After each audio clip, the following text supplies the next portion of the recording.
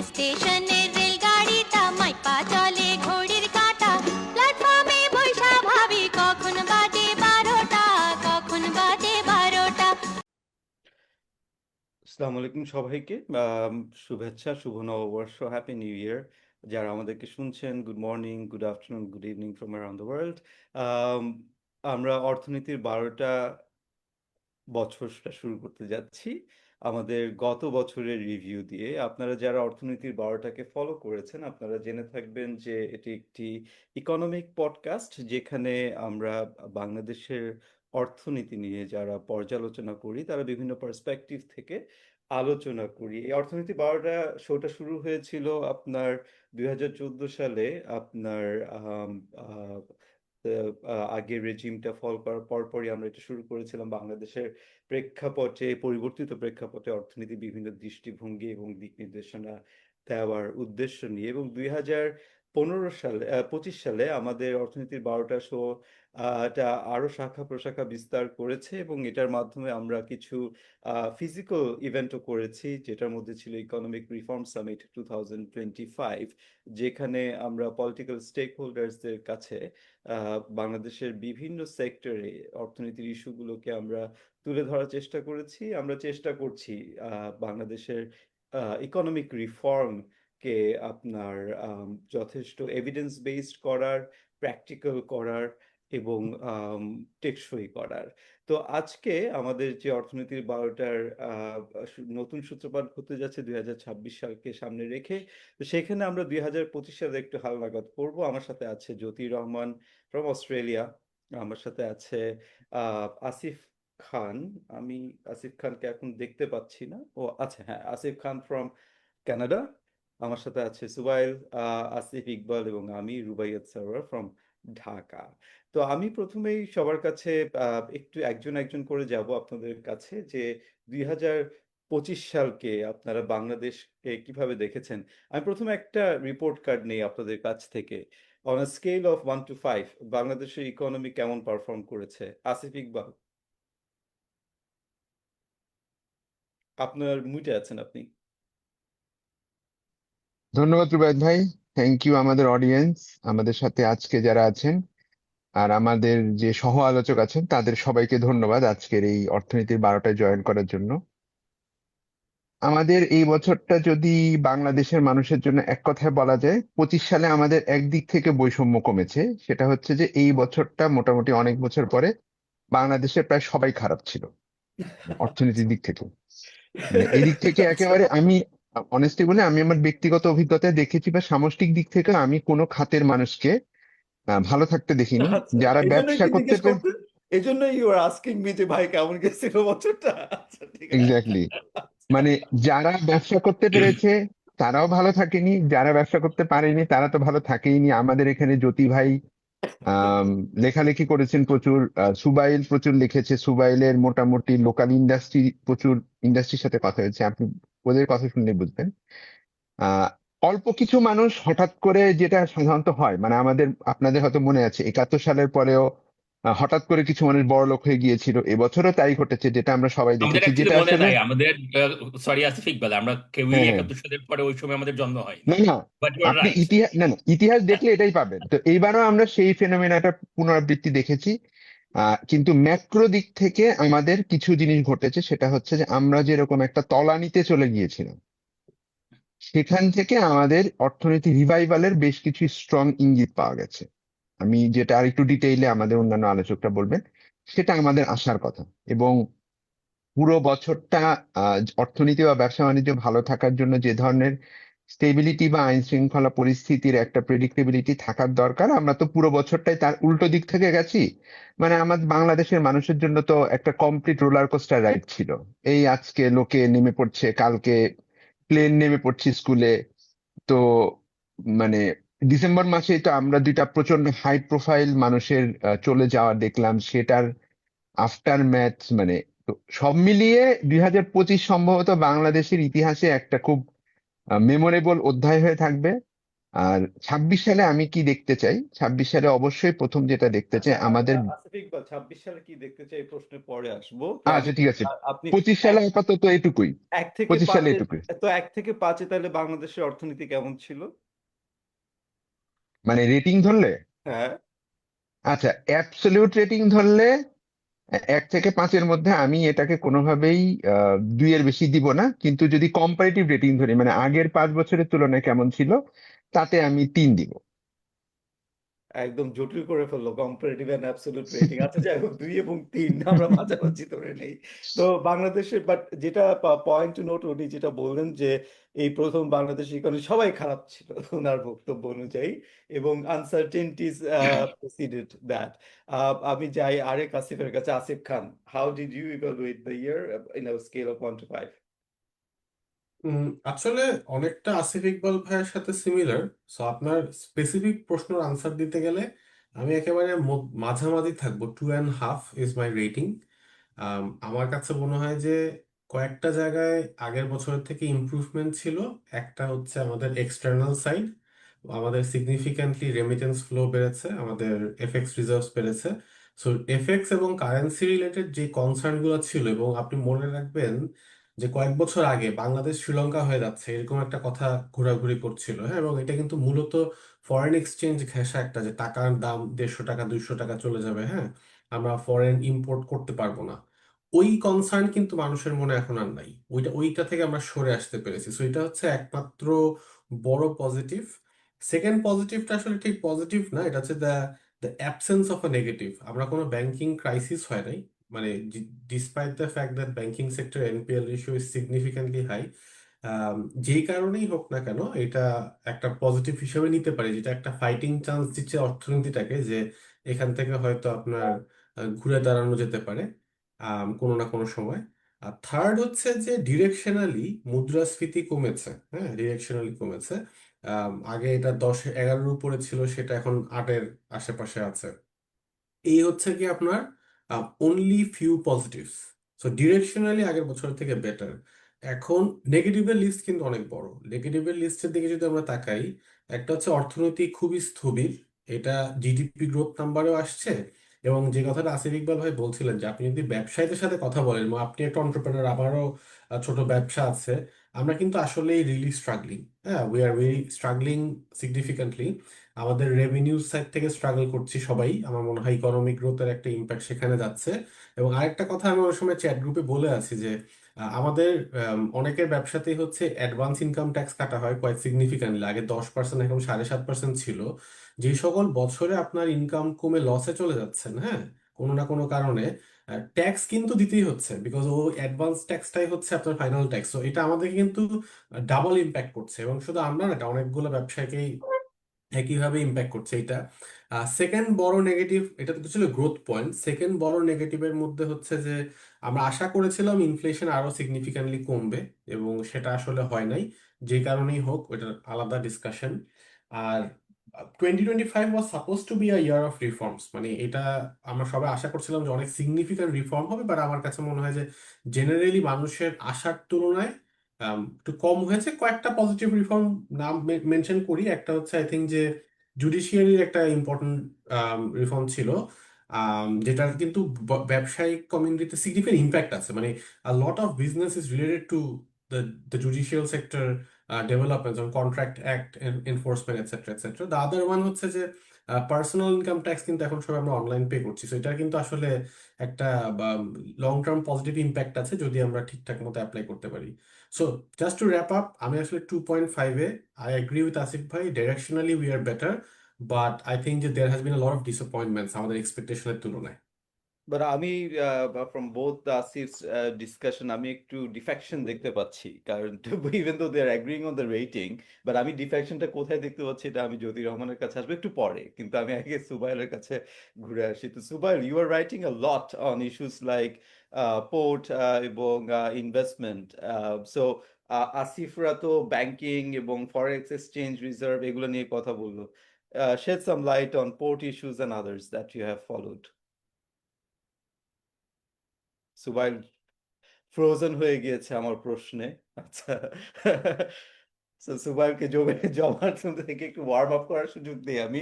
আমি জ্যোতি রহমানের কাছে যাই। তাহলে জ্যোতি রহমান, আমি যে বিষয়টা বলছিলাম যে আসিফ ইকবাল আর আসিফ খানের ডিসকাশন থেকে বা ডেলিবারেশন থেকে আমি যেটা দেখতে পাচ্ছি যে অর্থনীতি এরকম থাকার কথা ছিল বিকজ অফ লেটস সে আমাদের প্রিভিয়াস ইকোনমিক টার্মোইলস, যেটা উই হ্যাভ টু আন্ডারস্কোর যে শেখ হাসিনা রেজিমের সময় কিন্তু ফল করছিল। সেজন্যই কিন্তু আমাদের প্রথম ডিসকাশনস গুলো before even the regime fail, আমরা কিন্তু আহ, সরাসরি কথা বলতে পারছিলাম না বলেই হোয়াটসঅ্যাপে কথা বলছিলাম, এবং সেটা আমরা নিয়ে এসেছিলাম আমাদের অর্থনীতি 12টার শো মাধ্যমে। But anyways we are saying যে রেজিম থাকলে এভাবে যেত। আমরা বলছি কি তাহলে সেটা এইভাবে আছে কিনা। সুবাইল ইজ ব্যাক, সো আমি আপনার কাছে সুবাইল is back, let's do I will সুবাইল গিভ ইউ আ প্রথমে। Minute to think about it. আমরা কি তাহলে যদি জিনিসটা এরকম হয়, কার্ভটা এই জায়গায় যাওয়ার কথা ছিল এই জায়গায় যাচ্ছে, বা এই জায়গায়ও যদি থাকে, ফ্ল্যাটও থাকে, তাহলে তো there is a positive. You love charts, so please define that.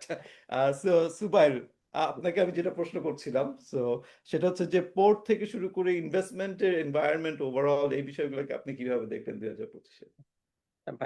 ধন্যবাদ ভাই। আমি আসলে হচ্ছে এই, মানে এই সরকারের কট্টর সমালোচক না। আমার কাছে মনে হয়েছে যে something is actually moving on at least. তো এইখানে আমি যেটা ফিল করছি, যেমন পোর্ট বলেন বা হচ্ছে ইনভেস্টমেন্ট বলেন, বাংলাদেশের ব্যাপারে বিদেশি যে ইনভেস্টমেন্ট আসার কথা দে আর অ্যাকচুয়ালি শেকি। যেমন পাওয়ার সেক্টরে বলি, প্রিভিয়াস গভর্নমেন্টের সময় হচ্ছে হিউজ একটা ইনভেস্টমেন্ট আসছিল power sector, in fact renewable and others. এই গভর্নমেন্ট এসে all of a sudden actually সবগুলো ক্যান্সেল করে দিচ্ছে, এলওআই দিয়া, ইভেন সাম ব্যাংক গ্যারান্টি দেওয়া ওগুলো ক্যান্সেল করছে। তো যখন একসাথে হচ্ছে 30-40টা কোম্পানি চেঞ্জ হয়ে গেছে, তখন হচ্ছে আমি মার্কেটে যে বিদেশি কোম্পানি ছিল তাদেরকে দেখতাম যে তারা দেয়ার শেকি যে আমি বাংলাদেশে কেন ইনভেস্ট করবো, আমাকে তো যে কোনো সময় টার্মিনেট করে ফেলতে পারে। এবং এই চেঞ্জটা বা যেটা হোক, আমরা আসলে হচ্ছে কোনো, মানে আমি পুরা 1.5 বছরে আসলে ইনফ্যাক্ট দেখি নাই, মানে ওদের মধ্যে ট্রাস্ট আসতে দেখি নাই। ইভেন যখনও মিটিং করি বা যেটা দেখছি আমি, আমার না, আমরা পার্সোনালি যেটা হচ্ছে বলি যে ইনভেস্টমেন্ট, আমার সাথে বেশ কয়েকটা কোম্পানি কথা বলতেছে যে আমরা বাংলাদেশে ইনভেস্ট করতে ইচ্ছুক, বাট সেটা আফটার দি ইলেকশন। মানে এভরি ইনভেস্টমেন্টটা চলে যাচ্ছে আফটার দি ইলেকশন, এবং ওই সবাই ইলেকশনটা হচ্ছে মনিটরিং করতেছে। এন্ড কিছু ডোনার এজেন্সির সাথে যেমন কথা হচ্ছিল, কথা হওয়ার ফলে যখন আমরা ফার্স্ট যেটা শুনি যে তোমরা তো তোমাদের পোর্টে ঠিক করতে পারো না, তোমাদের লজিস্টিক কস্ট হাই, আমরা কেন আসবো। আমি ইনফ্যাক্ট বেশ কিছু চাইনিজদের দেখছি, তারা হচ্ছে যে নিজেদের বিজনেস যেহেতু এই আমেরিকান এম্বার্গো অন্যান্য জন্য তারা হচ্ছে বাংলাদেশ ইনভেস্ট করার জন্য খুঁজতেছে, কিন্তু তারা অ্যাকচুয়ালি ওয়েট করতেছে হচ্ছে যে এই, মানে কিভাবে হচ্ছে বাংলাদেশ নেক্সট গভর্নমেন্ট ভালো করবে। কিন্তু এবং আমাদের হচ্ছে একটা বড় সমস্যা যেটা যে বিডা বাজেটে আমরা হচ্ছে ওদেরকে ট্রাস্ট দেওয়ার জন্য কিছু করতে পারি নাই। আমরা হচ্ছে খুব ভালো প্রেজেন্টেশন দিচ্ছি, অনেক কিছু দেখাইছি, বাট আলটিমেটলি আসলে হচ্ছে ওই ওয়ান স্টপ সার্ভিস যেটা হচ্ছে সেটা একটু যদি ডেভেলপ হয়েছে, বাট বাকি অন্য কিছু হয় নাই। এই জায়গাটা আসলে হচ্ছে আই ডোন্ট নো। এবং আমাদের সুবাইল, স্যাড একটু বাট ট্রু, একটু আমাদের একটা সম্পূরক প্রশ্ন। আপনি প্রথমে বলছিলেন যে আপনি আসলে এত নেতিবাচক ভাবে এই সরকারকে দেখেন না, কিন্তু এখন কিন্তু আপনি যথেষ্ট নেতিবাচক ভাবেই বলছেন। হ্যাঁ, কারণ আপনি শুধু ইনভেস্টমেন্ট পার্টটা বলছেন ভাই, মানে আপনি যদি এই কথাটা বলতেন আগের গভর্নমেন্টের আমলে, আগের গভর্নমেন্টের সময় তো আসলে হচ্ছে আমরা আশাই করতেছিলাম যে ইনভেস্টমেন্ট আসবে, আমাদের তো মনে হচ্ছিল সব ইনভেস্টমেন্ট চলে যাবে। এখন তো আমরা আসলে জিরো গ্রাউন্ডে আসতে পারছি, যে people are actually thinking that this, মানে বাংলাদেশ হ্যাজ সাম প্রসপেক্ট। আচ্ছা, এখানে আগে আমি একটা প্রশ্ন সবার মুখে কি দিয়ে রাখতে চাই, আপনার কাছে আমি আবার আসছি। সেটা হচ্ছে যে ইভেন দো প্রিভিয়াস রেজিমে আপনার আমাদের মনিটারি পলিসি ক্রাইসিস দেখা যাচ্ছিল, আমাদের আপনার কি বলে ব্যাংকিং সেক্টরে কলাপস শুরু হয়েছিল, সো কারেন্সি ডিভ্যালুয়েশন, অনেক ধরনের ঘটনা, অয়েল প্রাইস, প্রচুর সমস্যা তৈরি হচ্ছিল। বাট আপনারা কি আপনার ইনভেস্টমেন্টকে আপনার ডাউনফলে দেখছিলেন? আর ইনভেস্টমেন্ট কনফিডেন্স কি আসলে ডাউনফলে ছিল আগের সরকারের আমলে? আমি এটার একটা অ্যান্সার দিয়ে রাখি। মানে আমি যেটা হচ্ছে অবজার্ভ করছি, এটা আসিফ ভালো বলতে পারবে। সো সেটা হচ্ছে গভর্নমেন্ট লোন এন্ড ইনভেস্টমেন্টকে একসাথে ক্লাব করে ইআরডি তে দেখাচ্ছিল। সো এটার কারণে হচ্ছে আমাদের যেগুলো অ্যাকচুয়াল ইনভেস্টমেন্ট আমরা আইডিয়া আলাদা করতে পারতেছিলাম না। ওকে, ঠিক আছে। সো আমি জ্যোতি রহমান আপনার কাছে আসছি সেই প্রসঙ্গে, এটা নিয়েও আপনি বলতে পারেন, এবং আমার যে কার্ভের ইস্যুটা সেটার সাথে একটু প্রেক্ষাপট আলোচনা। ওকে, আসসালামু আলাইকুম এন্ড ধন্যবাদ সবাই, and also happy new year. The curve was very much downward sloping stylistically until 2024. মানে growth was slowing down, অথবা investment was slowing down, অথবা inflation was going up, অথবা currency was depreciating. যেভাবেই যে কোনো ইন্ডিকেটরই ধরেন, trajectory was going towards worse. ওকে, সেই সেন্সে যদি আমি বলি তাহলে পরে 2025 could have been lot worse, অনেক খারাপ হতে পারত।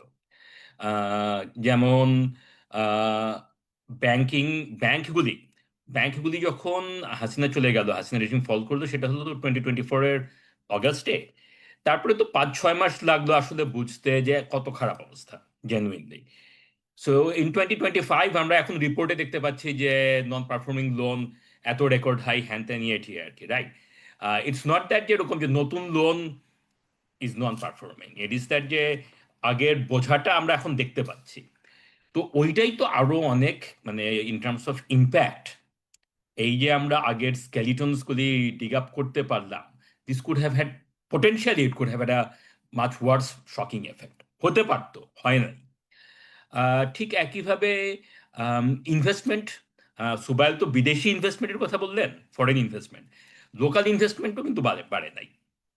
মানে it's not that foreign investment, কোনো ডোমেস্টিক ইনভেস্টমেন্টই হয়নি, যেটার কথা আসলে আসিফ ইকবালও বললেন আর কি। And this is all due to political uncertainty. কিন্তু পলিটিক্যাল আনসার্টেনটিও কিন্তু আরো খারাপ হতে পারতো, বা যে পলিটিক্যাল আনসার্টেনটি সেটার ইম্প্যাক্ট অন দ্য ইকোনমিও আরো খারাপ হতে পারতো।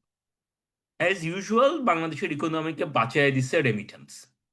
ওকে, এখন উই কুড সে যে ম্যাক্রো পলিসি স্টেবিলাইজেশন, মানে monetary policy stabilisation and supporting fiscal stance, বা ফিসকাল মানে ওয়েল কোঅর্ডিনেটেড ফিসকাল স্ট্যান্স, যেভাবেই বলি সেটা হয়তো রেমিটেন্সটাকে ফর্মাল চ্যানেল দিয়ে নিয়ে আসতে পারছে। হোয়ারঅ্যাজ যদি ম্যাক্রো পলিসি ভালো না হতো তাহলে পরে হয়তো রেমিটেন্সটা ইনফর্মাল চ্যানেলে আসতো। যেইভাবেই আপনি বলেন, remittance is the thing that saved Bangladesh. And হাসিনার আমলেও যে ইকোনমিক ক্রাইসিস আরও খারাপ হয়নি, ইনফ্যাক্ট ইকোনমি কলাপস করেনি, সেটারও মেইন কারণটা ছিল রেমিটেন্স। তফাৎটা হচ্ছে যে তখন রেমিটেন্সটা আসতো ইনফর্মালি, এখন আসতেছে formally, and which is important for other reasons, currency স্টেবিলিটির জন্য, ইভেনচুয়ালি ইনফ্লেশনের জন্য, দোজ আর ইম্পর্টেন্ট থিংস। কিন্তু remittance is the thing that had saved Bangladesh, নইলে পরে অবস্থা আরো অনেক খারাপ হতে পারতো। আচ্ছা, এই প্রসঙ্গে আমি একটু আপনাদেরকে দৃষ্টি আকর্ষণ করছি। আপনাদের আমার ফেসবুকে এই মুহূর্তে বেশ কিছু কমেন্ট আছে, রিফ্লেকশন আছে। আপনারা একটু ঘুরে আসবেন কমেন্টগুলো, রিফ্লেকশনগুলো, বিশেষ করে জ্যোতির রহমান, আমার মনে হয় যে আপনার ইন্টারেস্টের মধ্যে পড়ে কমেন্টগুলো। একটু দেখে আসবেন কমেন্টগুলো, আমরা কমেন্টগুলো নিব, আনসার করার চেষ্টা করব। তো আমরা সবাই যারা শুনতে পাচ্ছেন আমাদেরকে, আমরা অর্থনীতির 12টার স্পেশাল এপিসোডে আছি, 2026-এর প্রথম এপিসোড অর্থনীতি 12টার, এবং আমরা রিভিউ করছি, রিক্যাপ করছি গত 2025 সালে বাংলাদেশের অর্থনীতি কেমন ছিল। আমরা প্রথমেই প্রশ্ন করেছিলাম আসিফ ইকবাল, আসিফ খান, সুবাইল এবং জ্যোতির রহমানকে যে তাদের অভিমত কি বাংলাদেশের অর্থনীতি গত 2025-এ কেমন পারফর্ম করলো। যেটা আমরা তিনটা দৃষ্টিভঙ্গি পেয়েছি। আসিফ খান এবং আসিফ ইকবাল দুজনেই বলতে চাইলেন যে আপনার ইকোনমিক পারফরমেন্সকে তারা 1 থেকে 5-এর স্কেলে 2.5 এরকম দিতে চাইলেন। আসিফ ইকবাল বললেন যে যদি চিন্তা করি যে আপনার comparative two what should have happened তাহলে 3 হবে, কিন্তু রিয়েলি যা হয়েছে সেটা যদি চিন্তা করি তাহলে 2.2। আর আসিফ খান বলতে চাইলেন যে সেটাকে উনি 2.5 দিবেন। এবং তাদের আসিফ খানের একটা বড় অংশ উনি বলতে চাইলেন যে ব্যাংকিং সেক্টরের আপনার কলাপস হয়নি, আপনার আমাদের ইনফ্লেশন আপনার যতটুকু কমার কথা ছিল ঠিক ততটুকু কমেনি। কিন্তু উনি আবার এটাও বললেন যে আমাদের ফরেক্স এক্সচেঞ্জ রিজার্ভের পরিমাণ বেড়েছে। তো আপনার উনি বেশ কিছু ইম্পর্টেন্ট ডেভেলপমেন্টের কথা বললেন, কিন্তু আমরা এটাও দেখেছি, স্টক এক্সচেঞ্জের কোলাপস দেখেছি, ইনভেস্টমেন্ট সিনারিও নিয়ে ওনারা কথা বলছিলেন যে ওভারঅল ইনভেস্টমেন্ট সিনারিও ইমপ্রুভ করেনি। সুবাইল বলতে চাচ্ছিলেন যে আপনার বিদেশিদের সাথে যখন কথা হচ্ছে ইনভেস্টার্সরা, তারা জিজ্ঞেস করছে যে তোমাদের পোর্টের ইনএফিসিয়েন্সি দূর না হলে আমরা ইনভেস্ট কেন করব? তো ইনভেস্টমেন্ট আনসার্টেনটি ইস্যুটা দূর হয়নি। এবং আসিফ ইকবাল বললেন যে আপনার আমাদের অর্থনীতির যে মানদণ্ড যতটুকু উপরে ওঠার কথা ছিল সেটা না ওঠার পিছনে একটা বড় কারণ আনসার্টেনটিস, বারবার ঘাত প্রতিঘাত এসেছে। এবং জ্যোতি রহমান পরিশেষে বলছিলেন যে আপনার প্রিভিয়াস রেজিমের ইকোনমিক স্ট্যান্ডার্ড মানে যেভাবে চলছিল অর্থনীতির আপনার ট্রেন্ড লাইনটা, সেটা উনি বলতে চাচ্ছেন ডাউনওয়ার্ড স্লোপিং। উনি বলতে চাচ্ছিলেন যে সেটা ডেফিনেটলি আর ডাউনওয়ার্ড স্লোপিং হয়নি এবং রেমিটেন্স বাংলাদেশের অর্থনীতিকে বাঁচিয়ে রেখেছে। আমরা ঠিক সেই জায়গায় আছি। আমরা আমাদের আলোচনা দ্বিতীয় পর্বে যাব।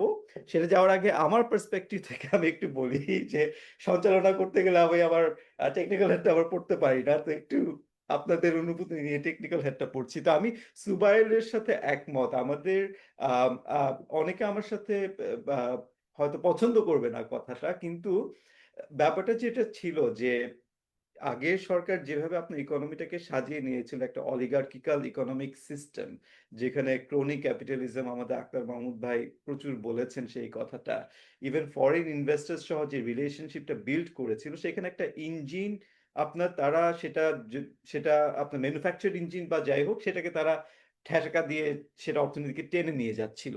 তো এখন যেটা হয়েছে যে সেই ম্যানুফ্যাকচার ইঞ্জিনটা আপনার ব্রোকেন হয়ে গেছে। We are in a broken system that was built by the previous regime. নতুন সিস্টেমটা কিন্তু এখনো তৈরি হয় নাই। So in between that trajectory, যেখানে আগের সিস্টেমটা কোলাপসড, নতুন সিস্টেমটা গ্রো করেনি, investors are very cautious and concern. তো তারা যেটা বলছে যে আমরা বাংলাদেশের আগামী 5 বছরের স্ট্র্যাটেজি না করে বসে আছি কেন? কারণ আমরা জানি না যে পলিটিক্যাল গভর্নমেন্ট কি সেই আপনার কনফিডেন্সটা দিবে কিনা, তারা কি আমাদের ইনভেস্টমেন্টের অ্যাসিওর্ড রিটার্ন দিবে কিনা। তো সেখানে কিন্তু আপনার এই ইলেকশনটা এই জন্য ফেব্রুয়ারি প্রচন্ড গুরুত্বপূর্ণ।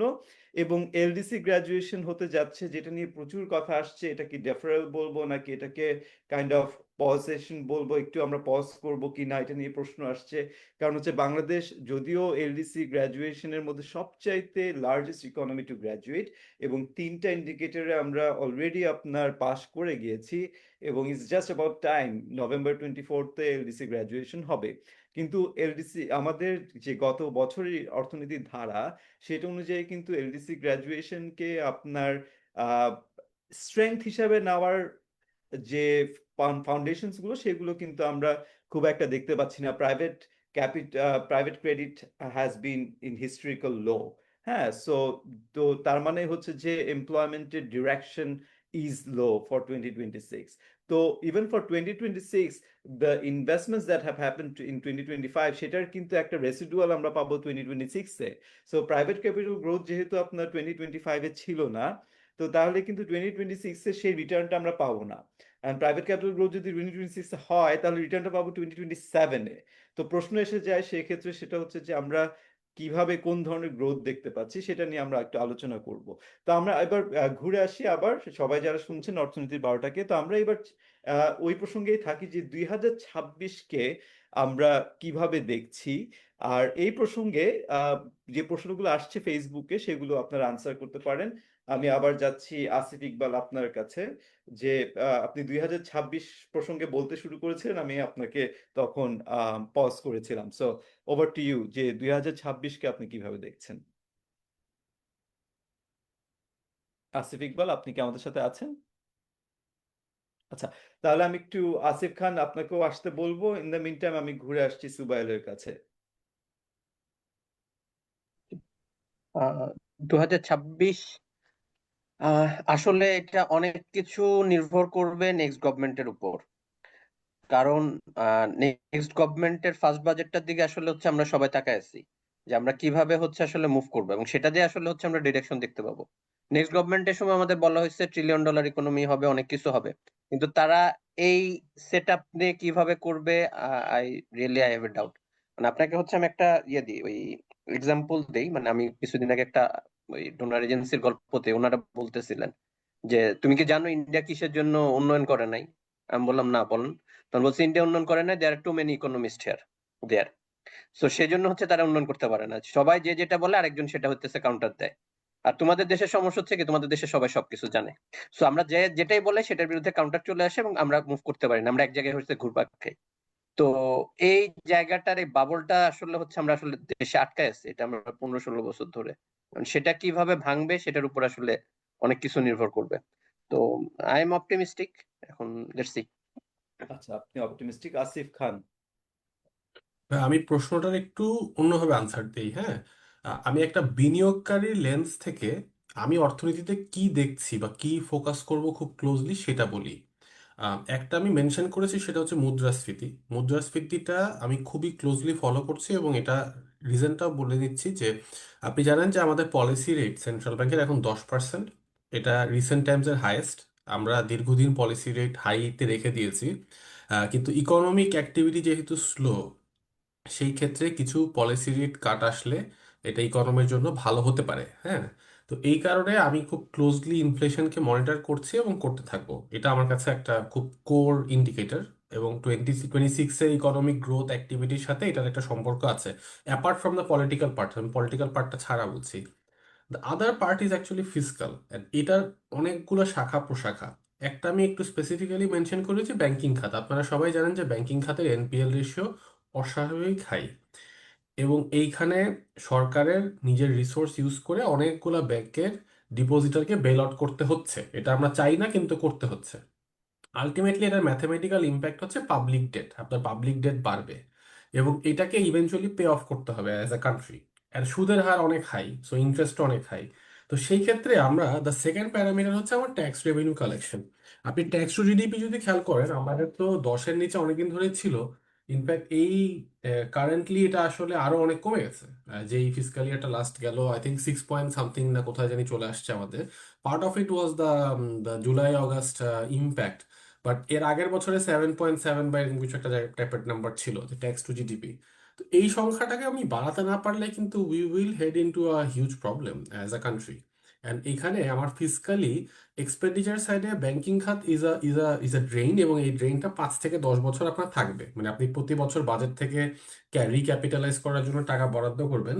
The other part which may also come is government salaries. Basically, there could be salary revisions upwards. হ্যাঁ, সো আমি ফিসকাল স্পেসিফিক্যালি ট্যাক্স রেভিনিউ এই দুইটার দিকে আমি খুব ক্লোজলি ফলো করছি amongst the other things.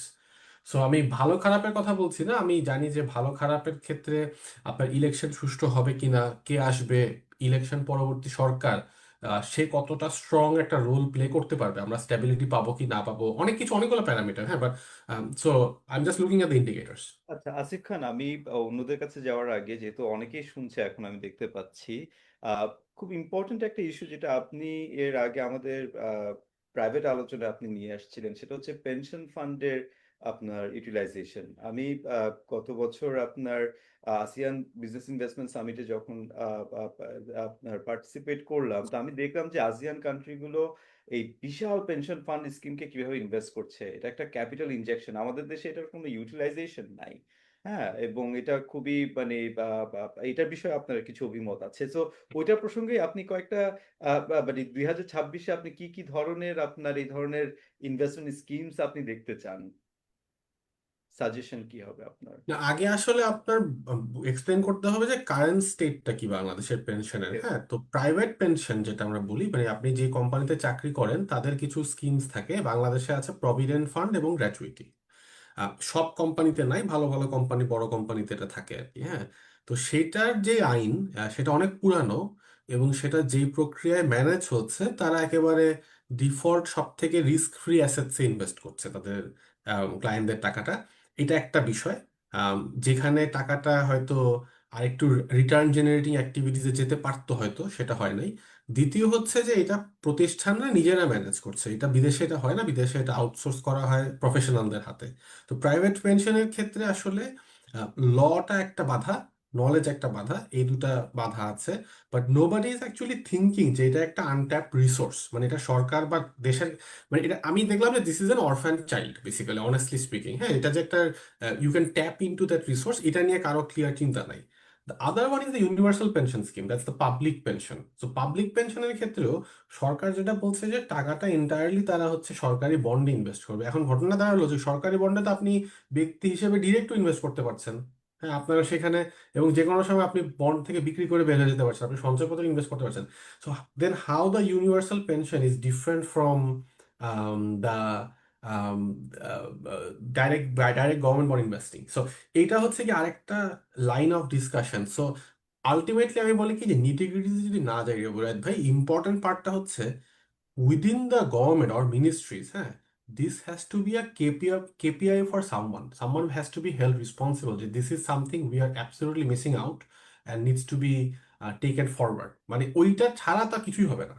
Very good. Since you spoke about KPI, আমি সবাইকে অনুরোধ করবো আপনারা একটু নোট নেন। আমি সর্বশেষ যে প্রশ্নটা সবার কাছে আসবো সেটা হচ্ছে যে 2026 সালের জন্য আপনাদের কেপিআই কি হবে, রেকমেন্ডেড কেপিআই। এটা আমাদের সর্বশেষ প্রশ্ন হবে। আমি সবাইকে অনুরোধ করব আপনারা কিছু কেপিআই মেজার্স আপনারা ডিফাইন করেন। আসিফ ইকবাল, আপনি কি আছেন আমাদের সাথে এখন? Very good. জি, আমরা যেটা, আপনি 2026 সালকে কিভাবে দেখছেন? আপনি মিউটে আছেন। সরি রুবেদ ভাই, 2026 সাল তো সত্যি কথা হচ্ছে যে বাংলাদেশের মানুষ তো এখনো দেখতে পাইতেছে না। এটা ট্রুথ।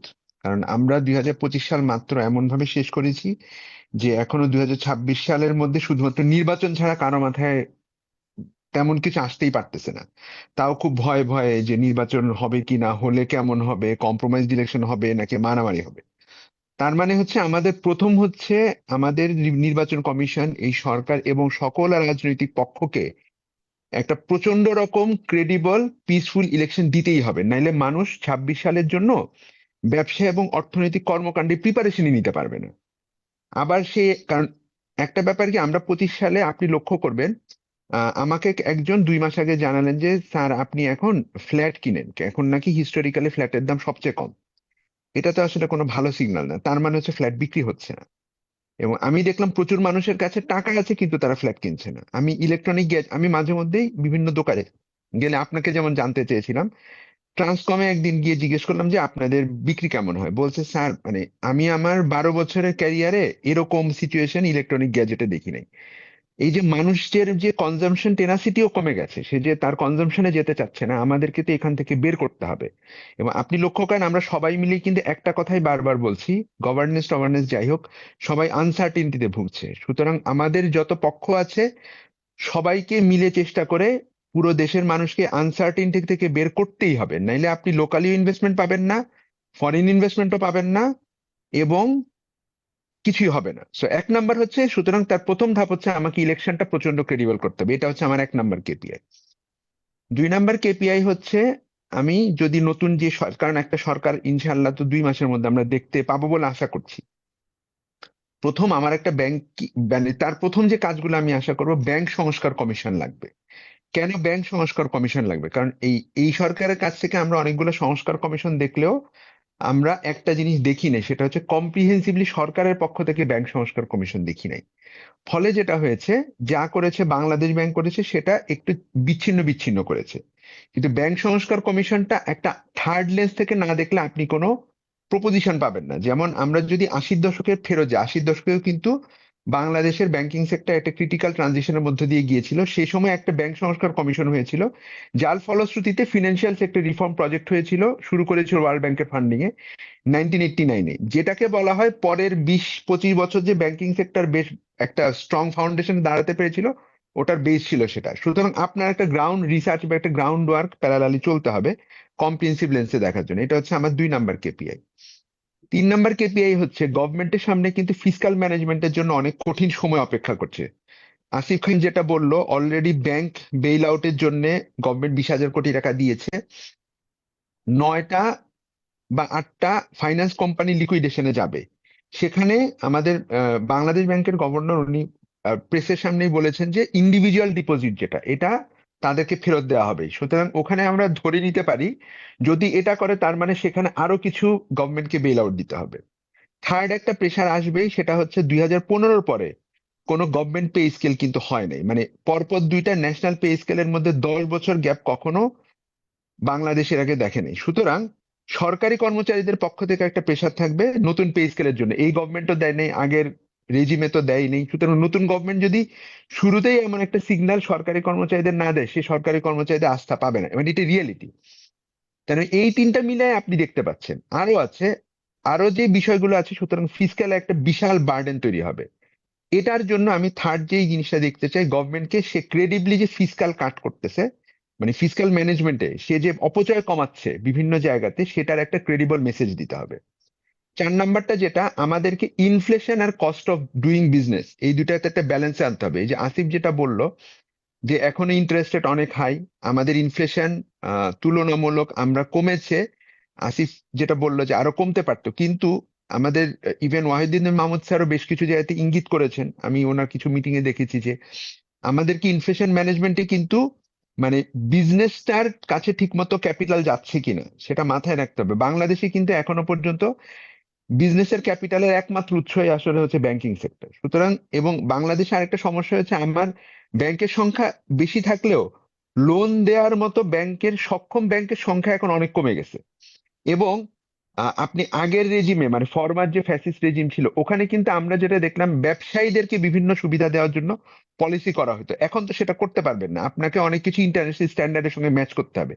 ফলে লোনেবল ফান্ড যেটা, এটা এমনিতেও রেগুলেটরি বিভিন্ন প্রহিবিশনের কারণে বা বিভিন্ন ক্যাপের কারণে আপনার লোনেবল ফান্ড অনেক বাড়াইতে পারবেন না। সুতরাং আমাদেরকে আসলে লেন্ডিং বাড়ানোর জন্য কিছু ইনোভেশনে যাইতে হবে। এটা আমি ব্যাংকিং সেক্টর একটা প্যারামিটার দেখতে চাই, নাহলে বিজনেস আগাবে না। Last but not the least, এখন আর বেশি বলবো না, ওয়ান্স এগেন সবগুলা রাজনৈতিক পক্ষকে একটা জায়গাতে আসতেই হবে যে আপনি যদি রাস্তায় বেশি মারামারি করেন, তাহলে কিন্তু আসলে আপনার রাজনীতিই থাকবে না। That's the reality. মানে ওনারাই একটা সময় নিশ্চিহ্ন হয়ে যাবে। ওনাদের স্বার্থে, ওনাদের রাজনীতির স্বার্থে ওনাদেরকে সকল ধরনের, মানে অবশ্যই অপোজিশন থাকবে, পারস্পরিক দ্বিমত থাকবে, that's the beauty of politics, কিন্তু সেটাকে যেন দেশের মানুষের স্বার্থের বিপরীতে ওনারা নিয়ে না যান। এখানে যদি ওনারা না বোঝেন, ওনারা আবার আবার ওনারাই নিশ্চিহ্ন হয়ে যাবেন। আজকে ওনারা যদি, মানে সত্যি কথা হচ্ছে যে আমরা যদি 90s ডিকেড আর 2000 ডিকেডের দিকে তাকাই, former prime minister the late Begum Khaleda Zia এবং fallen prime minister Sheikh Hasina তখন যেখানে ছিলেন, ওখান থেকে তাদের পরে 17 বছরের জার্নি যদি আমরা দেখি, আমরা তো কোনো রাজনীতিবিদের এমন জার্নি আমরা দেখতে চাই না। সুতরাং রাজনীতিবিদদের কাছে আজকে সবাই ওনাদেরকে নিয়ে আজকে এন্ড দেখাচ্ছে, ওনাদের কাছ থেকে আমরা কি শিখছি, সেখান থেকে শেখার থেকে আমাদের বের হওয়া দরকার। আমার এই অর্থনীতির 12টার দিক থেকে একটা প্যারামিটার আছে, এখানে সবাইকে অনুরোধ করব যে আমরা যেন এই রাজনীতি নিয়ে কথাবার্তা একটু কমাই দিয়ে আমরা অর্থনীতির 12টাকে আর একটু কার্যকর করি। এটা হচ্ছে আমার last parameter. Thank you very much. Very good, thank you so much. But আপনি কিন্তু আবার মানে অ্যাকচুয়ালি ইউ আর ইমপ্লাইং যে আমাদেরকে আরো পলিটিক্যাল এঙ্গেজ হতে হবে, বিকজ না, because we have to Rubel ভাই, কন্টেইন দ্য রুবেল ভাই, পলিটিক্যাল ফোর্সেস। এক্স্যাক্টলি পলিটিক্যালি আমাদেরকে এঙ্গেজ হতে হবে, কিন্তু সেটা মানে ইকোনমির ভাষায়। সত্যি কথা হ্যাঁ হচ্ছে হ্যাঁ, আমরা পলিটিক্যাল অ্যাক্টিভিস্টের চেয়ে আমাদেরকে এখন ইকোনমিক অ্যাক্টিভিস্ট হইতে হবে, সেটা ভেরি যাতে গুড। সো ওইটা দিয়ে আমরা যাতে রাজনীতিকে অ্যাকাউন্টেবল রাখতে পারি, very এইটুকুই। good. So, very good, Tim. So, as economic activists, we contain the political activism and keep it right. Exactly আচ্ছা, ঠিক এক্স্যাক্টলি আছে। হ্যাঁ, Good, Tim. We will highlight on that. But আপনার হ্যাঁ, হ্যাঁ। কয়েকটা যারা শুনছেন, আমি আসিফ ইকবালের কথার সূত্রপাতে বলতে চাই একটা বিষয়। সেটা হচ্ছে উনি আপনার কিছু চুম্বক পয়েন্ট আপনাদের সামনে আনলেন, যেমন পলিটিক্যাল আনসার্টেনিটির কথা তো উনি বলছিলেন, এবং শেষে উনি যেটা বললেন যে সেটা হচ্ছে যে আমরা যদি আসলে মাঠের রাজনীতির মারামারি কন্টিনিউ করি উনার ভাষ্য অনুযায়ী, তাহলে রাজনীতিই টিকবে না। তো উনার বক্তব্য হচ্ছে 2026-এর একটা মেজর থিম হওয়া উচিত যে economic reform has to be a common agenda of all the parties, এবং সেটা আপনার একটা ফাংশনাল পার্লামেন্টে আপনার এই অ্যাক্টিভিজমটা হতে হবে, যেখানে ইকোনমিক রিফর্ম ইজ দ্য কি এবং অ্যাগ্রিড এজেন্ডা, যেখানে কোনো দ্বিধাদ্বন্দ্ব থাকবে না, এবং মাঠের রাজনীতি করে একদল আরেক দলকে নামিয়ে দিতে গেলে আসলে পুরো সিস্টেমটাই কলাপস করবে। সেই বিষয়টা উনি বলছিলেন। আরেকটা যেটা বলছিলেন উনি, সেটা হচ্ছে যে উনি বলছিলেন পরপর দুটা টার্ম 10 বছর আপনার পাবলিক আপনার সেক্টরের আপনার আপনার পেমেন্ট মানে ইয়ে ন্যাশনাল হয়নি, পে স্কেল যেটা আমরা বলি ন্যাশনাল পে আর কি, স্কেল মানে এটা রিফর্ম হয় বা এটা রিভাইজড হয়নি, এটা কখনো হয়নি। তো সেটা একটা প্রেশার থাকবে। তারপর উনি বলছিলেন যে আপনার ব্যাংকিং সেক্টরের যে কোলাপস এনপিএল সেটাকে রিকভারি করার জন্য একটা প্রেশার থাকবে। সো এই প্রেশারগুলো ইকোনমিক আপনার হার্টবিটকে এফেক্ট করবে। তো এইখানে একটা বিষয় যারা শুনছেন তাদেরকে একটু বলে রাখি, সেটা হচ্ছে যে আমরা সবাই আমাদের প্রফেশনাল এঙ্গেজমেন্টের কারণে we have access to a lot of information, এবং অর্থনীতির 12টা শোটার বলতে পারেন যে যেটার বিউটিটাই হচ্ছে এটা যে আমরা আমাদের প্রফেশনাল হ্যাটটা থেকে আপনাদেরকে সেই তথ্যগুলো উপস্থাপন করতে পারি। তো আমি সুবাইলের কাছে যাচ্ছি। সুবাইল, আপনার পরিশেষ বক্তব্য যে 2026কে কিভাবে দেখছেন, কেপিআইস কি হবে? আচ্ছা, ব্যাংকিং খাত নিয়ে হচ্ছে অলরেডি আসিফ বলে ফেলছে। আমার যেটা চাওয়া সেটা হচ্ছে আমার প্রাইভেট সেক্টরকে হচ্ছে স্মুথ করতে হবে।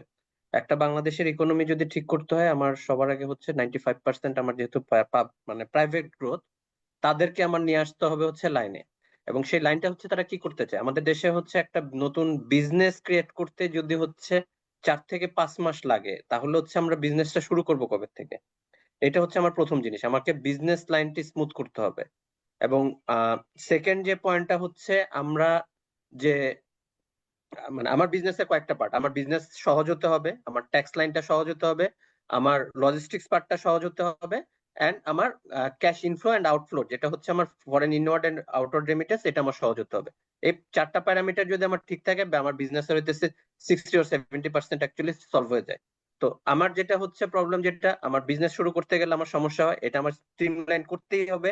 সেকেন্ড জিনিস হচ্ছে আমার লজিস্টিক্স কোড, এটার জন্য হচ্ছে আমার পোর্ট ঠিক করতে হবে, আমাদের রাস্তা ঠিক করতে হবে। আমাদের এত রাস্তাতে ইনভেস্টমেন্ট হচ্ছে, কোনোটাই কাজে লাগে নাই। 3 নাম্বার হচ্ছে যে আমাদের যে রেমিটেন্স বা অন্যান্য যেটা আমার জন্য আসে, যেটা বিদেশ থেকে আসে বা আমরা যদি পাঠাতে চাই, আমাদের দেশে বিদেশিরা অ্যাকচুয়ালি ব্যবসা করতে তাদের নিজেদের প্রফিটটা এখন পর্যন্ত পাঠাতে পারতেছে না। গত 2-3 বছর দে আর স্ট্রাগলিং আ লট। তো তারা কেন হচ্ছে তাহলে বাংলাদেশে টাকা দিবে যখন হচ্ছে আমি প্রফিটকেও ডিভিডেন্ড ডিক্লেয়ার করে নিতে না পারি, যেটা অ্যাজ পার ল, সেটাও আমি পারতেছি না। সো এই জায়গাটা এনিহাও ঠিক করতে হবে। আর 4 নাম্বার যেটা থাকতেছে যে আমি বললাম আমাদের ট্যাক্স, আমাদের এক একটার ভ্যাট রেট এক একটা, আমাদের হচ্ছে ভ্যাট অথরিটি যখন আসে আমাকে হচ্ছে বিভিন্ন ভাবে হচ্ছে হ্যারাসমেন্ট করে যাওয়ার চেষ্টা করা হয়। মানে একজন ভ্যাট অফিসার যেভাবে ভ্যাট এক্সাম্পশন করে, আরেকজন আসলে কিন্তু ক্যালকুলেশন ডিফারেন্ট হয়ে যায়। এবং সিমিলার হচ্ছে ট্যাক্স। তো যে কোম্পানি বা পার্টি যারা হচ্ছে কমপ্লায়েন্স ম্যানেজ করে ব্যবসা করতে চায়, আর যেখানে 70% নন কমপ্লায়েন্ট হয়, এখানে তো একটা আনইভেন বিজনেস হয়ে যাচ্ছে। সো যারা দেশের জন্য চিন্তা করতেছে তাদের কিন্তু আসলে আমরা কোনো বেনিফিট দিচ্ছি না। সো এইখানে হচ্ছে একটা 4 নাম্বার পয়েন্ট। আর 5 নাম্বার যেটা আসলে আমি চাই, আমাদের প্রাইভেট সরকারি স্কেলের লোকজন তো বেতন বাড়ানোর জন্য আন্দোলন করতে পারে, আমাদের প্রাইভেট সেক্টরে যে লোকজন আছে তারা হচ্ছে তাদের জন্য কোনো সিকিউরিটি নাই। তো তারা কিন্তু কমপ্লিটলি ডিমোটিভেটেড কাজ করতে গেলে। যারা মোটামুটি স্যালারি পায়, কিন্তু বেশিরভাগই যদি মনে না হয় আমি সুইচ করব, মোরলেস তাদের জব সিকিউরিটি নেই, এবং মার্কেটে হচ্ছে এখন আনএমপ্লয়মেন্ট রেট হিউজ। এই জায়গাটা কিন্তু এখন পর্যন্ত আমরা প্রপারলি অ্যাড্রেস করি না, শুধু মুখে বলি করব, এটা একটা। আচ্ছা, আর আমি অ্যাপার্ট ফ্রম দ্যাট আমি আসলে হচ্ছে আরেকটা বলি, যেটা আমার এলডিসি গ্রাজুয়েশনের জন্য আমাদের যে গভর্নমেন্ট আছে, তারা মুখে বলতেছে যে তারা এলডিসি গ্রাজুয়েশনের জন্য যাবে, but so far actually they are under prepared কি তারা আসলে পর্যন্ত চিন্তা করতে পারতেছে না এলডিসি গ্রাজুয়েশনের ইম্প্যাক্ট কি। সেকেন্ড হচ্ছে আমাদের গার্মেন্টস 3 বছরের জন্য একটা লাইফলাইন পাবে, সো তারা এখনো হয়তো ইম্প্যাক্টটা বুঝবে না। বাট ফার্মাসিউটিক্যাল সেক্টরটা হচ্ছে হিউজ একটা ইম্প্যাক্ট পড়বে। এবং আমরা যেটা 2 টাকার জিনিস আমি দেখলাম হচ্ছে 16 টাকা চলে যাবে ওষুধ। সো এই জিনিসটা কিন্তু আমরা এখন পর্যন্ত অ্যাড্রেস করি না। আমার এই জিনিসটা হচ্ছে আগামী বছর না, আসলে এটা আমার বছরের শুরুতে হবে, কারণ আমাদের জীবন বাঁচানো ফরজ। তো এই কয়েকটা পয়েন্ট হচ্ছে আমার আসলে মনে হয় এখনই কথা বলা শুরু করার দরকার। বিকজ এলডিসি গ্রাজুয়েশনের জন্য আমাদের গভর্নমেন্ট প্রিপেয়ার্ড না, আমাদের বিজনেসম্যানরা প্রিপেয়ার্ড না, আমাদের মানুষ প্রিপেয়ার্ড না, কিন্তু আমরা কিন্তু এলডিসি গ্রাজুয়েশনে চলে যাচ্ছি। এ নিয়েও দেখা যাবে আমরা হয়ে যাচ্ছি। অ্যাবসলিউটলি। আমার মনে হয় যে একটা 2026 সালের একটা কমন থিম যেটা হওয়া উচিত, আর একটা সেটা হচ্ছে যে আপনার আম, আহ, আমাদের আসলে আপনার সবসময় আমরা রিট্রিট মোডে থাকি, যে আপনার আহ, আহ, যখন একটা ঘাত আসে তখন আমরা ওটার রেসপন্স মেকানিজম তৈরি করি, কিন্তু আমরা কিন্তু শুরু থেকে সেটা বন্ধ করার চেষ্টা করি না। এবং আমি যে সবসময় যেটা দেখেছি যে রেজিলিয়েন্ট এই রেজিলিয়েন্স থেকে বের হয়ে আসতে হবে। রেজিলিয়েন্ট অলমোস্ট হচ্ছে যে ওকে আমাকে ঘাত করেছে, আমি আঘাত করেছে, আমি সেটা থেকে এখন মাথা তুলে আবার উঠে দাঁড়াচ্ছি, কিন্তু আমি যাতে আঘাতটা নাই পাই সেই চেষ্টা তো আমাকে করতে হবে। হ্যাঁ, তো যেটা হচ্ছে যে একটা কমন থিম হওয়া উচিত আসলে সেটা হচ্ছে যে এই আমরা এই আঘাতগুলো চিন্তা করছি এবং সেগুলো আসার রিয়েলিস্টিক সম্ভাবনা আছে। তো আপনি বলছিলেন যে এগুলোকে এখন থেকে প্রতিহত করতে হবে। আপনি ভাই, ফার্মাসিউটিক্যালস একটা এর পয়েন্ট পয়েন্ট আমি আনলেন। একটু অ্যাড জি। করে রাখি, ইন্টারাপ্ট করতেছি। সেটা হচ্ছে আমি গতকালকে জানলাম, একটা ফার্মাসিউটিক্যালস এর একজনের সাথে বসছিলাম, যে বাংলাদেশে গত 1.5 বছরে তারা যে যে ওষুধের পেটেন্টের জন্য রিকোয়েস্ট করছে, সেগুলা গত 10 বছরে ডিজি হেলথ থেকে অ্যাপ্রুভ হয় নাই। কিন্তু যেখানে হচ্ছে তা আমরা যদি এই প্যাটেন্ট গুলো এখন করে রাখতে পারি, আমরা হচ্ছে মানে ওই আফটার এলডিসি সস্তায় দিতে পারতাম। কিন্তু সেটা 1.5 বছর এনে অফ, মানে আপনি বুঝতে পারতেছেন যে যখন নতুন গভর্নমেন্ট আসবে, তখন ডিজি হেলথ আসলে তার উপরে কি প্রেশার হবে। কারণ সে যদি অ্যাপ্রুভ না করতে করতে আমরা যদি চলে যাই, আমার কিন্তু তখন পেটেন্ট একদম মানে কিনে নিয়ে করতে হবে। তো আমরা নিজেদের গভর্নমেন্টই কিন্তু আমাদের আসলে হেলথ সেক্টরটাকে আটকে রাখছে। Absolutely, so fantastic. আপনি private sector, logistics, port, investment এবং আপনার এলডিসি গ্র্যাজুয়েশন এগুলোকে কানেক্ট করলেন এবং আমাদেরকে স্মরণ করিয়ে দিলেন এগুলোর গুরুত্ব এবং প্রিপেয়ারনেসের গুরুত্ব। আপনি স্মরণ করিয়ে দিলেন যে আরএনজি সেক্টর 3 বছরের লাইফ লাইন পাইলেও তাদেরকে আসলে এখন থেকেই আপনার তাদের বিজনেস মোডালিটি চিন্তা করতে হবে যে কিভাবে তারা এই আঘাতগুলোকে প্রতিহত করবে, এবং আমাদের সেইভাবে রিফর্ম ওরিয়েন্টেড আপনার ইকোনমিক পলিসি লাগবে 2026-এ। সো ওভারঅল দেখতে পাচ্ছি যে it's probably not going to be easy task. So Jyoti Rahman, এই অসাধ্যকে কিভাবে আপনি সাধন করবেন, এবং সেই প্রসঙ্গে অলসো যে আপনার ফেসবুকে যে প্রশ্নগুলো আসছে সেগুলো আমি আপনাকে একটু আমাদের সামনে আনসার করার জন্য অনুরোধ করব। আমি অ্যাকচুয়ালি ফেসবুকের কোয়েশ্চেন দিয়ে শুরু করি, অ্যান্ড সেটার থেকেই আমি সাধ্য অসাধ্য এবং হোয়াট আই সি এইভাবে ইয়ে করবো আর কি, ঠিক আছে? সো জি। ফেসবুকে একটা কোয়েশ্চেন এসছে যে should we move away from mega project centred growth model, এটা একটা প্রশ্ন। আরেকটা প্রশ্ন হচ্ছে যে আহ, বা একটা কমেন্ট এসছে, সেটা হচ্ছে যে ইন্টারন্যাশনাল অর্গানাইজেশনস বলছে যে we are expecting A recovery, IMF বা ADB and others, that we would expect to see a recovery 2026 এবং তারপরে। How do we see that? Um, my answer to both would be yes. Yes, we should move away from mega project centric growth model. And yes, international এজেন্সিগুলি যে forecast করছে যে economic recovery, I think that we will see an economic recovery. Um, but there are two additional things to that. প্রথমটা হচ্ছে যে যে recovery আমরা যারা expect করতেছে এজেন্সিগুলি, এবং আমরা যা এক্সপেক্ট করতে পারি reasonably, that is a cyclical recovery. What do I mean by that? সেটা হচ্ছে যে আমাদের ন্যাচারাল ইকোনমিক গ্রোথ, আমাদের পটেনশিয়াল গ্রোথ বা ট্রেন্ড গ্রোথ, আগের রেজিমের ডাটা ম্যানিপুলেশন বাদ দিলেও আমরা যদি গত 25-30 বছরের হিস্ট্রি দেখি, উই শুড বি গ্রোয়িং এট 6%, 6.5%। ওকে, এইটা আমাদের মোটামুটি সহজাতভাবে হওয়া উচিত। সেখানে আমরা গত 2 বছর ধরে প্রায় 4%-এর মতো করে ঘুরপাক খাচ্ছি। Okay, 2023, 2024, 2025, so 2 fiscal years, probably a bit more. So 2.5 বছর ধরে আমরা ওই 4-এর আশেপাশে ঘুরপাক খাচ্ছি। ওকে, সো আমাদের যেখানে 6.5 জেনুইন ইকোনমিক গ্রোথ হওয়ার কথা, সেখানে আমরা প্রবাবলি অফিসিয়াল ডেটা অনুযায়ী 4।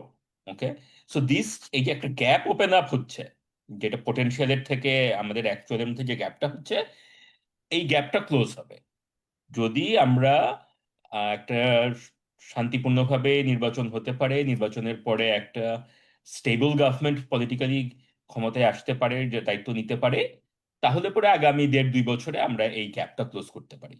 উল্টাভাবে দেখলে, আমরা যদি ইনটুইটিভলি চিন্তা করি, forget about foreign investment, forget about port, forget about new sectors, দেশে যে ব্যবসা প্রতিষ্ঠানগুলি আছে, একটা ব্যবসা প্রতিষ্ঠান চালাতে গেলে পরে প্রতি বছর আপনাকে কিছু জিনিস ইনভেস্ট করতে হয়। Okay, your old machines need to be replaced, depreciation হয়, সেগুলো রিপ্লেস করতে হয়, রাইট? অথবা ওয়ার্ক ফোর্সে একটা চার্ন হয়, মানুষ রিটায়ার করে, নতুন মানুষ হায়ার করতে হয়, ট্রেনিং দিতে হয়। এই টাইপের যে ডে টু ডে মানে বিজনেস অ্যাজ ইউজুয়াল চালানোর যে চালাতে গেলে যে ডিম্যান্ড তৈরি হবে, ঠিক একইভাবে আপনি যদি হাউস হোল্ড চিন্তা করেন, ফ্যামিলি, একটা সাধারণ পরিবারের চিন্তা করেন, পরিবারে রেমিটেন্স থেকেই টাকা আসুক আর গার্মেন্টসে কাজ করেই টাকা হোক, অথবা আপনি আহ, আপনার কর্পোরেট এক্সিকিউটিভের জবই করেন আর যাই করেন, whichever socio economic class you are, একটা লাইফ সাইকেলের নর্মাল কোর্সেই মানুষজনের খরচ করতে হয়। ঠিক আছে, গত 2-3 বছরে আমরা যেটা দেখছি সেটা হচ্ছে পলিটিক্যাল আনসার্টেনটির জন্য, আহ, হাসিনার আমলের হাই ইনফ্লেশনের জন্য, 9/6 অর্থনীতির জন্য, যে কোনো বিভিন্ন রকম এই সব কারণে আমরা দেখেছি যে যখন consumer confidence has been very weak এবং মানুষ কাজ করেনি, আসিফ ইকবাল যেটার কথা বললেন, সুবাইল যেটার কথা বললেন আর কি, ওই যে ইন্ডিকেটরগুলি, যেগুলি আমরা প্রচুর ইন্ডিকেটর দেখতে পারবো যেটা আর কি এই গত 2-3 বছরে মানুষ তাদের খরচগুলি করেনি, এই খরচগুলি জমে আছে।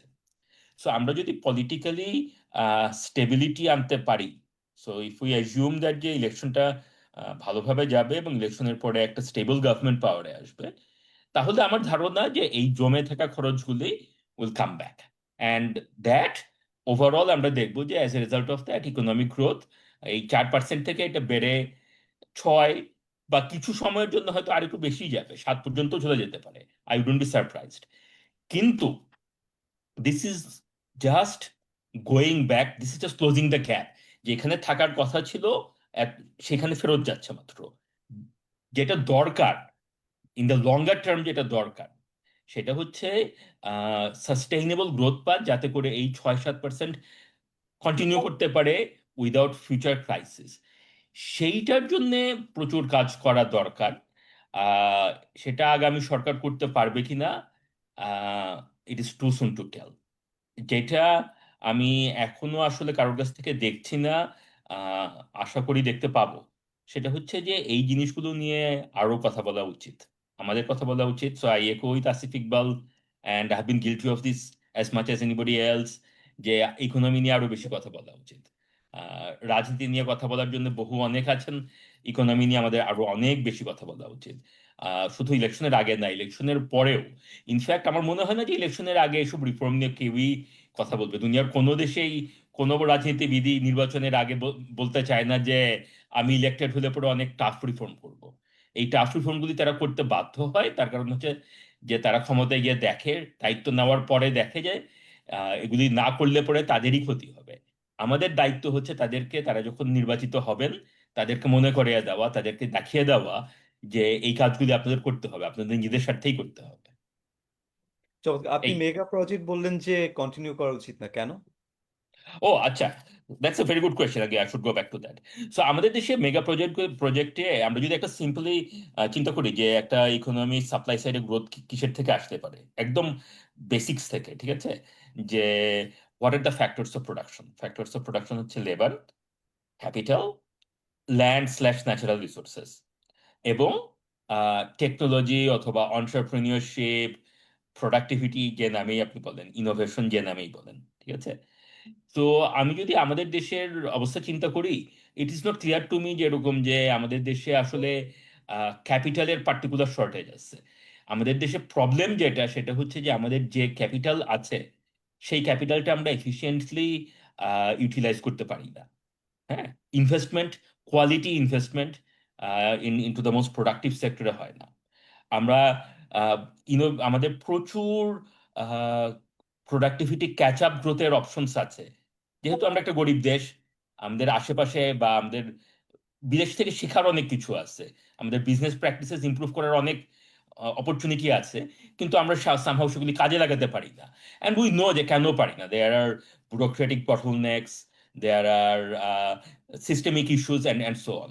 সো সরকারের যদি কোনো দায়িত্ব থাকে, সরকারের দায়িত্ব আমার মনে হয় যে ওইগুলি, যে আমাদের এক্সিস্টিং যে ক্যাপিটাল আছে সেটা বেটার কিভাবে অ্যালোকেট করা যায়, এফিসিয়েন্টলি অ্যালোকেট করা যায়, সেই দিকে নজর দেওয়া, rather than creating massively new capital. এটা গেল একটা জিনিস। আর আরেকটা জিনিস হচ্ছে যে আমাদের অ্যাম্পল লেবার আছে সত্যি, কিন্তু আমাদের labour quality is not so good, human capital is very low. So again, যদি সরকারের খরচ করতে হয়, খরচটা বাড়ানো উচিত ওইসব দিকে, হিউম্যান ক্যাপিটাল বাড়ানোর দিকে, এডুকেশন বাড়ানোর দিকে, স্কিলস বাড়ানোর দিকে। সরকারের যদি কাজ করতে হয়, কাজ করা উচিত প্রাইভেট ইনভেস্টমেন্ট যাতে আরো মোর এফিসিয়েন্টলি অ্যালোকেটেড হয়, সেই দিকে rather than creating big public capital. Fantastic. আমার মনে হয় যে এইটা নিয়ে আরেকটু বিস্তারিত আলোচনা আমাদেরকে করতে হবে, কারণ আপনি যখন বলছেন তখন আমি ভাবছিলাম যে ধরেন আমি স্কিলস ডেভেলপমেন্টে আমি ইনভেস্ট করলাম, খরচ করলাম পাবলিক মানি, কিন্তু এই কোয়ালিটি জবের যে রিটার্নটা আমি পাবো সেটা কিন্তু ইমিডিয়েট না। ভিজাভি আমি যদি আপনার পাবলিক সেক্টর এখন একটা ব্রিজ কনস্ট্রাকশনে চলে যাই, এই মুহূর্তেই আমি এই লোকগুলোকে আমি কর্মসংস্থান দিচ্ছি, এই মুহূর্তেই টাকাটা সার্কুলেশন হচ্ছে। সো গভর্নমেন্টের কিন্তু একটা পারভার্স ইন্টারেস্ট দেখা যায় যে টাকা ছাপায় প্রজেক্ট করা, যেটা আমরা গতবার দেখেছি, right, which is what led to the chaos, যেটা অনেকেই জানি না। আমি বারবার কিন্তু আমি প্রাইভেট ডিসকাশনে বলেছি যে আমরা যেটা বুঝতে পারছি না যে টাকা ছাপানোর এফেক্টটা, যেটা has led to all this inflation and etcetera. কারণ যেইভাবে আমরা ছাপাইছি, যে গ্রোথটা আমরা ম্যানুফ্যাকচার করেছি, ওই গ্রোথটাকে সাস্টেইন করার মতো ওইভাবে আবার প্রাইভেট ইনভেস্টমেন্টটা দিতে পারি নাই, যেই জন্য এই ম্যাসিভ ইমব্যালেন্সটা ক্রিয়েট হয়েছে, খুব সাদামাটা ভাবে যদি আমরা বলতে চাই। বাট আমি আপনাদের সবার আলোচনা থেকে আমি যেটা বুঝতে পারছি, আহ there is a certain, আমি কি বলবো, আমাদের আমাদের সবার আলোচনার মধ্যে একটা গ্লুম ন্যারেটিভ আছে। Realistically speaking, the gloom narrative is যে যদি এই শর্তগুলো পূরণ না করতে পারি, তাহলে হয়তো যে অর্থনৈতিক শক্তিটা আমরা তৈরি করতে চাচ্ছি সেটা হবে না। সো এটা সবসময় প্রযোজ্য, কিন্তু গ্লুমটা এই জন্য আসছে যে ওই রিয়ালিটি গুলো এত স্ট্রং, যে আনসার্টিনিটি ফ্যাক্টরস গুলো এত স্ট্রং, এবং সেগুলোর পেছনে আপনার যে বিল্ডিং ব্লকস গুলো সেগুলো এতটা ফ্র্যাকচার্ড, যে সেই জন্য আমাদের মনে হয় যে সবার বক্তব্যে কিছুটা আপনার আশার কথা থাকলেও কিছুটা হতাশার কথাও আছে। তো 2026 would probably be remarkable year for Bangladesh, যেখানে আমাদের পলিটিক্যাল স্টেক হোল্ডার্সদেরকে দেখাতে হবে যে তারা স্থিতিশীল অর্থনীতি তৈরির ক্ষেত্রে পলিটিক্সটাকে রি-ইঞ্জিনিয়ার করছে বাংলাদেশের, এবং ওইটাই মূল মন্ত্র হওয়া উচিত, যেটা বারবার চলে আসছে, যে জন্য অর্থনীতি should take the centre stage of Bangladesh politics. এবং আমরা যদি ইকোনমিক হেলথকে সামনে নিয়ে আগাই, সেটা যদি হয় যে আমার মানুষের, যেটা সুবাইল বলছিলেন যে আহ ওষুধের দাম বাড়বে না, আমাদের out of pocket health expenditure already is amongst the highest in the world at around 67 to 72% consistently. So সেটা কমবে, আমার এগ্রিকালচার প্রোডাক্টিভিটি কমবে, আমি শুধু ক্যাচ আপ গ্রোথ করবো না, জ্যোতির রহমান, যেটা আপনি বলছিলেন, আমি ক্যাচ আপ গ্রোথের বিয়ন্ডে যাব। আমি এমপ্লয়মেন্ট শুধুমাত্র আপনার চিপ লেবার ফোর্স এমপ্লয়মেন্টে থাকবো না, আমি এটা থেকে বের হয়ে আমি কোয়ালিটি জব ক্রিয়েশনে যাব। এবং সেটার জন্য আমার মনে হয় যে ভবিষ্যতে আমাদের এই আলোচনাও করা দরকার, যে যদি আমার এই মুহূর্তে একটা কিক পেতেও হয়, অর্থাৎ হচ্ছে যে আমাকে যদি একটা মানে কি বলবো, একটা শক অ্যাবজর্ব করতেও হয় এই মুহূর্তে, আমরা কি প্রস্তুত আছি কিনা একটা টেম্পোরারি শক অ্যাবজর্ব করে একটা long term sustainable economic growth পার্টে যেতে, সেই বিষয়টাও কিন্তু সামনে চলে আসবে আমাদের আলোচনায়। তো আপনাদের সবাইকে অসংখ্য ধন্যবাদ আমাদের আজকে অত্যন্ত সুন্দর একটা গুরুত্বপূর্ণ আলোচনা করার জন্য, 2026 সালের অর্থনৈতিক রূপরেখাটাকে তুলে নিয়ে আসার জন্য। আমরা 50 মিনিট আলোচনা করেছি। 50 minute is not enough to effectively capture all these কি বলবো intricacies of a very complex economy like Bangladesh. তো আপনারা সেই চেষ্টাটা করেছেন, আপনাদেরকে অসংখ্য ধন্যবাদ। যারা শুনছেন, আশা করি আপনারা আপনাদের নিজ নিজ কর্মক্ষেত্রে আমাদের এই আলোচনাটাকে আপনারা এগিয়ে নিয়ে যাবেন, আপনারাও আলোচনা করবেন, এবং সবচাইতে গুরুত্বপূর্ণ যেটা, সেটা হচ্ছে যে আপনারা ব্যক্তিগতভাবে, সার্বিকভাবে, সামষ্টিকভাবে আমাদের অর্থনীতিকে এগিয়ে নিয়ে যাওয়ার জন্য কাজ করবেন, সবাই সম্মিলিতভাবে। আপনাদের সবাইকে অসংখ্য ধন্যবাদ। শুনতে থাকুন অর্থনীতি 12টা। আমরা শীঘ্রই আসছি অর্থনীতি 12টা 2026 সিজন 1 নিয়ে। সবাইকে শোনার আমন্ত্রণ জানিয়ে আজকে শেষ করছি এখানে। ধন্যবাদ সবাইকে, অনেক ধন্যবাদ। আসসালামু আলাইকুম, ধন্যবাদ। স্টেশনের রেলগাড়িটা মাইপা চলে